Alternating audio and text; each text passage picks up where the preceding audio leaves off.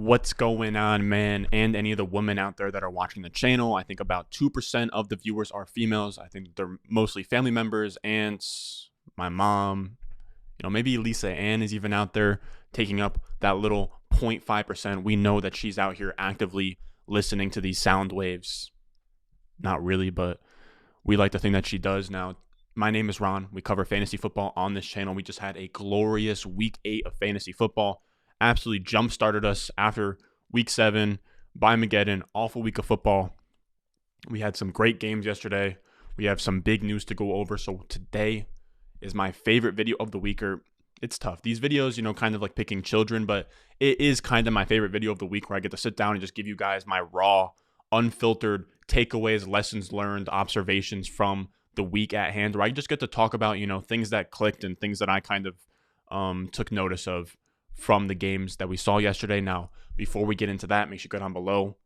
I think only 20% of the people that watch these videos are subscribed. So make sure you go down below, hit that subscribe button, hit that like button. It helps out your boy a ton during the season, especially right now when we're kind of hitting a wall in terms of growth, just because, we're in the middle of the season. So if you guys have any subscribes, any likes to give out, please, for your boy. Now, with that being said, let's go.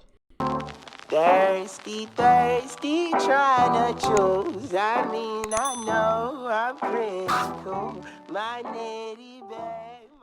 And at the top of the program, we're going to talk some Jets football. Look, guys, if there was ever a time where the Jets are at the top of the news hype stream, I have to be there talking about my boys. It is finally, for like the first time in a little while, I got some hope.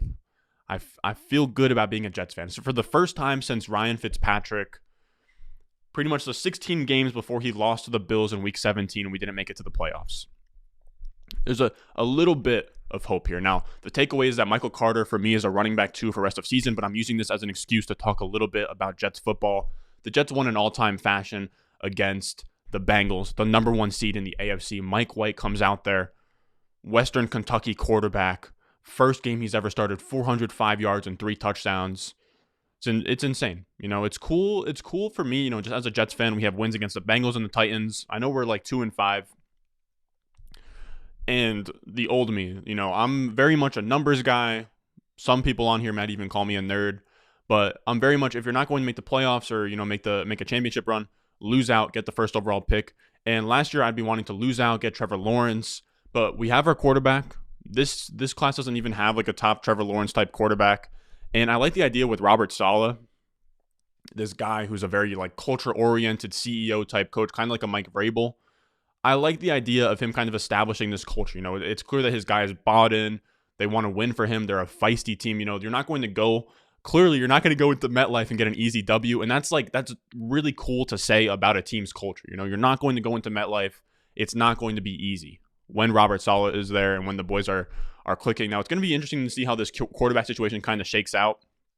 Mike White played so good. I was joking yesterday on Twitter, but I was like, did we just find our Tom Brady? Our guy, you get him day 3 of the draft, who comes in for your like starter, balls out, and then it's history from there. Now, obviously, I'm kind of joking. I doubt that happens, especially given the fact that Mike White, okay, he looked pretty good, but he also only had a 4.2 average depth of target. It was a lot of dinks and dunks, just kind of beating the Bengals underneath. And that brings us to what we're actually trying to talk about here with Michael Carter really benefiting from that. Both running backs actually benefited from it, but Michael Carter in specific. He had 15 for 77 and a touchdown on the ground, 14 targets, 9 catches, 95 yards through the air. He led the team in targets. He's seen a role change since the bye week. I think that he kind of has this new role as their, not bell cow, obviously, because Ty Johnson's still there, but majority touch leader. He's going to get a lot of passing down work, and he's pretty much a top 20 running back moving forward, top 24. And as you can see, in his last 2 games, he's looked great. 71% of the snaps, 26 of 36 carries, 67% of the running back touches, 23 of 36 running back targets, 24.9% target share, 4 of the 5 running back touches inside of the 10. He is, these last 2 weeks, he has shown that his role is now that of a top 24 running back. He is out here breaking out all over the place. Now, side note, this is an extreme boots on the ground take. But the word on the street is that Mike LaFleur Is it Matt LaFleur, Mike LaFleur? I believe it's Mike LaFleur. As an offensive coordinator, he prefers to be up in the booth, right? Up in the box, whatever you want to call it. He wants to be up in that glass room where you're kind of looking at, pretty much the all 22 and you can kind of call plays from there. He's been on the sideline the entire year because Zach Wilson feels more comfortable with him there. He called this game for the first time from the box, and it looked great. The offense was explosive. They were opening things up, and apparently that's where he's going to be calling plays from now on. So that's kind of like a small little plus for the Jets moving forward. I hope that he stays up there even when Zach Wilson comes back. I just guess that that's where he prefers to be. Let the quarterback coach kind of talk to Wilson. Maybe get one of those. I don't know if you can do that anymore, but have LaFleur just like in his ear or whatever. But my number 2 takeaway, something that a lot of you guys wanted me to speak on. I've seen the comments, but here's the thing. I spoke on it already, but I spoke on it like after like week 3, but we'll speak on it again. I don't care. I'm ready to officially take, I think like week 2, week 3, I was like, okay, Michael Pittman is pretty good, but I'm officially taking my L on Michael Pittman. He is a wide receiver 2 rest of season, and there is nothing I can do about it. Maybe top 30 wide receiver, but I'd say like top 20 to 30 wide receiver rest of season. He just put up 15 targets, 10 catches, 86 yards, and 2 touchdowns. He looked like a true alpha, was the wide receiver 18, or is the wide receiver 18 in points per game at this point with a 23.7% target share, which is crazy considering last year he was like a 12% target share guy. So he's now demanding targets, he's scoring, he's semi-efficient. He looks pretty good. He also has a 78.5 receiving grade as well. We want to, like, any wide receiver that can top, 80 receiving grade is pretty good to elite. So a 78.5 receiving grade is still extremely strong. I personally now, like, in my head, I'm kind of seeing him as, a Cortland Sutton type guy, where his first year wasn't anything too great, comes out year 2, breaks out all over the place, kind of like DJ Chark and Michael Gallup as well, a little bit lesser extent. I think DJ Chark's actually a pretty good comp for him too. But I think it's time to probably put some respect on his name. I'm done kind of selling him short. Michael Pittman has shown that, he is that guy. Then at number 3, I said, I hope that Calvin Ridley's all right. It sucks to hear that, he's dealing with something mentally. Who knows what could have happened. I hope that he gets help. At the very least, he has the money to hire all the professional help that he needs. So that really sucks to hear from a football player, especially because it has to be something really catastrophic for him to, okay, so he skipped out on the London game. That makes sense. Don't want to fly across the Atlantic, do all that nonsense when you're dealing with something. Plays a game, come back home. This is a home game, and on Sunday morning he decided he couldn't play. So that does suck to see. Now, from a football perspective, taking ourselves aback, at this point, you have to hold Calvin Ridley. You can't sell him. I wouldn't be looking to buy. But I kind of just wanted to take a football perspective on this and just say that this does not make Russell Gage, Tajay Sharp, any of those guys interesting, playable, whatever you want to call it. It gives a bump to Kyle Pitts and Cordarrelle Patterson. That's it. So I just kind of wanted to give my take on kind of what this means for that Falcons team. I think that Cordarrelle Patterson, Kyle Pitts, bump up.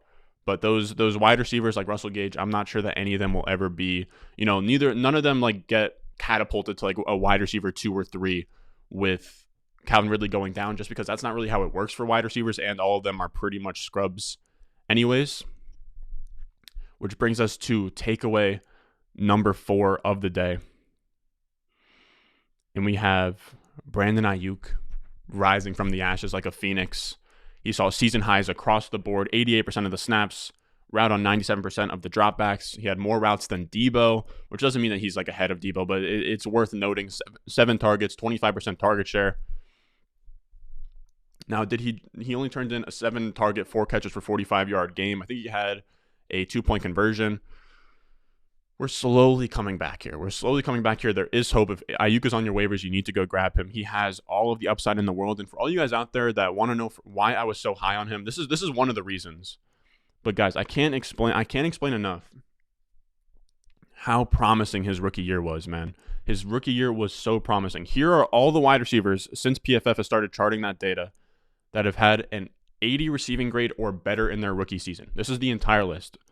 There is literally no misses. This was not, just his counting stats. A lot of people want to say, okay, so his counting stats were good when George Kittle and Debo were out. Now they're back and he's not good. That's not how the game works. He looked good. He commanded those targets. There's a reason why, if that's the case, then Amon-Ra St. Brown should be balling out right now. Then Jalen Reagor last year on an Eagles team with no wide receivers, he should have been balling out last year. It's not just a matter of absence of talent. when it comes to these wide receiver breakouts, especially rookies. If they break out and they command targets, it's because they're good. And this, by the way, is ordered by rookie year points per game. He is one of Aiyuk, Mike Evans, Justin Jefferson, Michael Thomas, and OBJ are the only ones to average over 15 points per game as a rookie. He is in the same conversation as Keenan Allen, Terry McLaurin, Tyreek Hill, A.J. Brown, Percy Harvin, Dwayne Bowe, Doug Baldwin. Even if he had a Doug Baldwin type like career, that wouldn't be that bad at all. I mean, his what he did as a rookie, I can't stress this enough.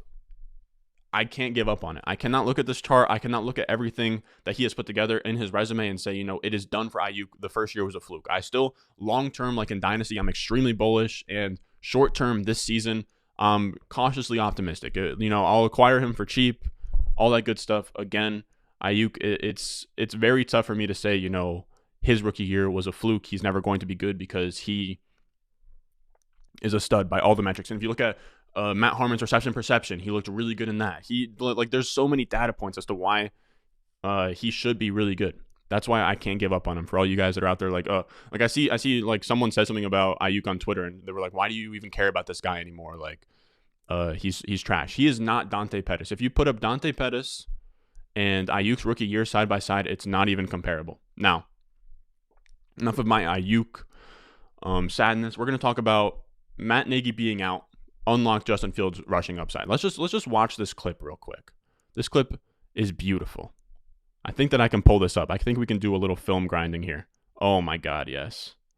Oh my God, yes, guys. I honestly think that this takeaway show is better with me here on the ones and twos than it would be if I edited it. But here we go. Let's just.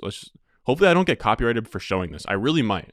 So if I get copyrighted, please leave a like. All right, so here we go. Just look at this, man. Oh, man, it's going to be super shaky for you guys now that I think about it. But look at this. Just redirects. Goes all the way up. Like, that is an NFL defense he just did that to. That was like Michael Vick-esque.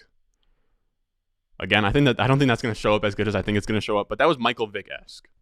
And that has me really excited for two reasons. Because one, it goes to show that Matt Nagy doesn't know what the fuck he's doing. Matt Nagy has a guy who runs a 4.5, can outrun a defense. I think actually he ran like a 4.4 once you adjust it. It's like a 4.45, something in that range.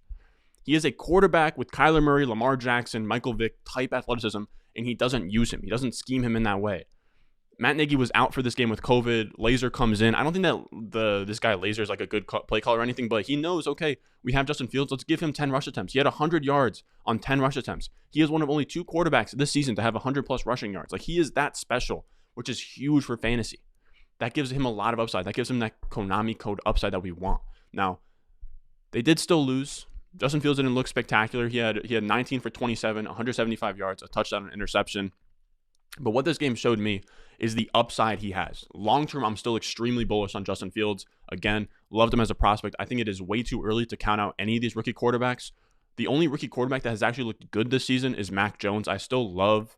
I put in the Discord or the private side of the Discord on the Patreon Discord, but I said you should be buying in Dynasty all 2021 rookie quarterbacks. Trevor Lawrence, Justin Fields, Trey Lance, Zach Wilson are all huge buys for me. I'm still extremely bullish on the class long term. I think that in the short term, the one position that can afford face planning is the quarterbacks. Because there's such a learning curve, you know, what they do through their first 8 games really doesn't matter that much, unless if they're on the negative side, unless if they are, you know, the next Justin Herbert. Now, near term, I'm also pretty excited about Justin Fields because even if he throws for, 175 yards and struggles through the air, if they unlock his rushing upside of, getting him, 50, 60, 70 yards rushing plus a touchdown here and there, he could become extremely interesting for fantasy, even if he's not good in real life. Also, please, the Chicago Bears, if the Chicago Bears, Ryan Pace the gym? If you're watching this, please fire Matt Nagy. I just don't understand how Matt Nagy sees Justin Fields in practice, all this stuff. You scouted him, you drafted him. How are you not getting him on the move, out of pocket, out of structure? He is a guy, if you look at his stats, one of the biggest dings on him is that he holds the ball too long. If he holds the ball too long, then instead of having him sit in a pocket with a scrap of an O-line, get him on the move. Design him some quarterback rushes. Make them respect his scrambling game so that you free some linebackers and you can kind of get some decent concepts with the RPOs and stuff. There's a billion things that you could get going for Justin Fields if you weren't so stubborn in your own scheme and I want this offense to look this way, if you just, were flexible and built your offense around your personnel, that is really what should be going on here. Now, before we get to our sixth takeaway, I just want to say this entire channel, this entire video, sponsored by Underdog Fantasy. I haven't talked about them in maybe a week or two, just because I'm kind of an idiot and forgot. But look, fellas, the only reason that these lights are on, that I am here at 1:22 p.m. on a Monday in my basement talking football is because of Underdog. They have treated me so well this season. I'm telling you guys, they are still chugging and making really, really cool contests, really, really cool content for you guys. We have the Monday Night Football game on tonight. We have the Chiefs. We have the Giants. It's not really a pretty game. I imagine a lot of you guys don't even have players playing. Maybe your fantasy matchups are already decided. If you want to have some skin in the game, have some fun, hop on there, check out their pick'em contest. You can do over-under on rushing yard props, receiving yard, fantasy points, all that good stuff. If you get 3 of them right, you can 3 extra money, 6 extra money, 10x. You can go all the way up to 20xing your money in these pick'em game contests. Now, the whole reason that I brought this up, now I should have had this little thing up there for a while here, but they have a really, really cool promo that they're dropping for the middle of the season. They will double your initial deposit up to $100 in bonus cash. So if you deposit $100, you get $100 on top of that. If you deposit $10, you get $10 on top of that. So if you use promo code RON, you will double your initial deposit up to $100 on Underdog. That's crazy. You could put in $50, you get $50 for free. So make sure you hop on there, use promo code RON when you deposit $10 or more for a complete match of your deposit up to $100. Now, with that being said, we have our sixth takeaway of the day. Mark Ingram leaving, right? So getting traded to the Saints cleared up absolutely nothing in this Houston running back room. We thought, okay, it was going to be David Johnson time. David Johnson last week, he led the Texans in opportunities with 11. Then Ingram had 9. Then Lindsey had 2. Now, again, opportunities are carries plus targets. And, Ingram leaves, okay, wheels up for David Johnson and Lindsey, the 2 guys who had the most opportunities after, in that backfield. Nope. It is probably more confusing than it was before. Burkhead led the team and led the running back room in snaps. He had 8 opportunities. Scotty Phillips, a guy that I couldn't even tell you. I can tell you, a lot of guys, I know Philip Lindsay, I think he went to Colorado. David Johnson went to some nonsense. Actually, no. Now that you put me on the spot here, I'm trying to name colleges. I couldn't even tell you where a lot of these running backs went because they are so bad. Scotty Phillips, Rex Burkhead, I couldn't tell you what colleges they went to. But wild that Mark Ingram leaves, right? So subtraction. Mark Ingram leaves. David Johnson had 11 opportunities last week. Now this week he only had 3. It makes no sense. Rex Burkhead and Scotty Phillips are not playable. None of these guys are playable. It is now a 4-headed backfield, even though Mark Ingram left and was supposed to make things more clear. I really couldn't tell you what's going on there. It's just extremely annoying. None of the Texans running backs will be usable until further notice. Then our 7th takeaway is that Mike Williams is giving me a damn headache. And it's because I really don't know what to think of him. He now has 3 points or less in 3 of his last 4 games. Now, then you have to start thinking to yourself, he hasn't been good recently. Was that beginning stretch, was it a fluke? Is he back to himself as this boom bust wide receiver 3 type? It gets tough. I don't have a concrete take. We need more data on it, but it's tough. He didn't have a bunch of targets yesterday. It's not like the targets are there and he's not performing. So it's probably a downgrade for Mike Williams. He probably goes from being, a wide receiver 1 to a fringe wide receiver 1. I'd say now he's probably a back end wide receiver 2 rest of season. So I'm going to be holding him where I have him. I'm not really looking to buy or sell, but if you're a believer in Mike Williams, if you've always been a believer in Mike Williams, then this is the time where you should be buying to put your money where your mouth is, which then brings us to our 8th takeaway of the day. And it's that A.J. Brown is a top 5 wide receiver rest of season. And this kind of gives me a little spot to talk about the Derrick Henry injury. Derrick Henry is apparently out. They're saying it could be rest of season. By the time that I've sit down to record this video, they haven't said anything for certain yet, but I'm operating under the assumption that he is out for the season, which makes this offense extremely interesting moving forward because I believe Eric Bimefor and Gretch and a lot of those guys, really good follows, all way better than me at fantasy, really, really smart dudes. Ben Gretch, Eric Bimefor in terms of best ball and just understanding the macro elements of fantasy football. And they labeled Derrick Henry as an identity back, right? So if you have Derrick Henry on the Titans offense, they're going to be super run heavy. They're going to rely on Derrick Henry. But Derrick Henry having an injury doesn't only affect his handcuff, but it affects A.J. Brown, Julio Jones, and Ryan Tannehill a lot because he's this identity back where if he gets hurt, they probably crank up the numbers on the passing volume and they start to rely on the pass because A.J. Brown's so good, Ryan Tannehill's so good, Julio's so good, and they're not going to rely on Jeremy McNichols, which means that they should be passing more, which then could really open some things up for A.J. Brown and Julio Jones to go out there and absolutely dominate, which means like that Derrick Henry injury now correlates to a higher volume passing offense. And that gives A.J. Brown, Julio Jones a pretty big bump up. A.J. Brown just saw 11 targets, 10 catches, 155 yards, and a touchdown this week. He was the wide receiver 2 overall from week 6 through 8. I believe over a 30% target share in all of those games. In his last 10 quarters, this is a great stat from Dalton Cates, my bad. He had 28 targets, 25 receptions, 379 receiving yards, and 2 touchdowns in his last 10 quarters. That is the equivalent of 30 fantasy points per game. With Derrick Henry out, A.J. Brown, it is all the way wheels up. It has always been all the way wheels up for A.J. Brown. I had him as a top 6 wide receiver rest of season before the Derrick Henry injury. Now with it, A.J. Brown is going to be scary rest of season. At number 9, we have Nick Sirianni doesn't give a damn about your fantasy football team. Many thought, I thought Kenneth Gainwell would come in, or a lot of people thought that Kenneth Gainwell would come in and be the bell cow. It's not what happened.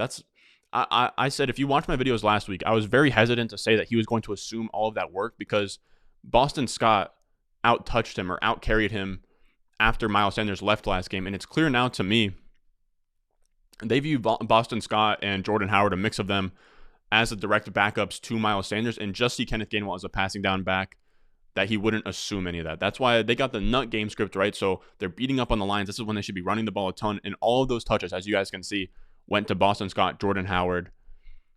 Kenneth Gainwell only had 1 touch through 3 quarters. Then in the 4th quarter, he got it all. So he is essentially 3rd on the between the tackles grinder list, and he's 1st on the pass catching list. Not good for Kenneth Gainwell. He is not that direct handcuff. It is a committee. They're not going to have games against the Lions every week, so I don't think that Boston Scott and Jordan Howard are even that startable moving forward. But again, Nick Sirianni does not care about your fantasy football team. And our last takeaway of the day is Antonio Gibson.